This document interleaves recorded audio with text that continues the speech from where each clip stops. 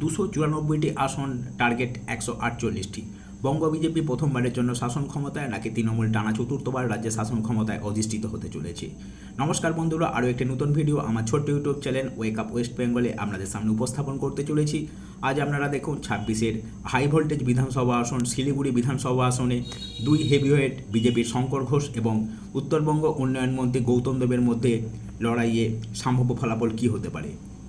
একদা বামফ্রন্টের দুর্গ শিলিগুড়িতে সিপিএম এবার প্রার্থী করেছে শরদিন্দু চক্রবর্তীকে, কিন্তু এই বিধানসভা আসনে মুখোমুখি লড়াই হতে চলেছে তৃণমূল কংগ্রেস এবং বিজেপির মধ্যে। উত্তরবঙ্গের প্রবাদপ্রতিম সিপিএম নেতা অশোক ভট্টাচার্য একাধিকবার শিলিগুড়ি বিধানসভা আসন থেকে জয়লাভ করেছিলেন এবং শিলিগুড়ি বিধানসভা আসনকে সিপিএম দুর্গে পরিণত করেছিল।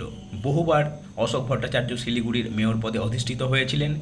কংগ্রেস এবং অল ইন্ডিয়া গোর্খা জনমুক্তি মোর্চা শিলিগুড়ি বিধানসভা আসনে আলাদা আলাদাভাবে প্রার্থী দিয়েছে, কিন্তু শিলিগুড়ি বিধানসভা আসনে মূল লড়াইটা সম্পন্ন হতে চলেছে রাজ্যের শাসক দল তৃণমূল কংগ্রেস এবং প্রধান বিরোধী দল বিজেপির মধ্যে। তো বন্ধুরা, আপনারা এই ছোট্ট ভিডিওতে দেখুন আসন্ন বিধানসভা নির্বাচনে দুই যুযুধান প্রতিপক্ষের লড়াইয়ে কে বাজিমাত করতে চলেছে। তার আগে একবার 2021-এর বিধানসভায় শিলিগুড়ির কী ফলাফল হয়েছিল আপনারা দেখুন। বিজেপি 89,370টি ভোট পেয়েছিল, তৃণমূল কংগ্রেস 53,784টি ভোট পেয়েছিল এবং তৃতীয় স্থানে ছিলেন সিপিএমের অশোক ভট্টাচার্য, তিনি 28,835টি ভোট লাভ করেছিলেন। তৃণমূল এবং বিজেপির মধ্যে মুখোমুখি লড়াইয়ে বাম প্রার্থী এই বিধানসভা আসনে 21-এ তৃতীয় স্থান দখল করেছিল এবং প্রথমবারের জন্য শিলিগুড়ি বিধানসভায় বিজেপির শঙ্কর ঘোষ 35,586 ভোটের বিশাল ব্যবধানে তার প্রাক্তন গুরু অশোক ভট্টাচার্যকে পিছনে ফেলেছিলেন এবং তৃণমূলকে পরাজিত করে প্রথমবারের জন্য তিনি এমএলএ নির্বাচিত হয়েছিলেন।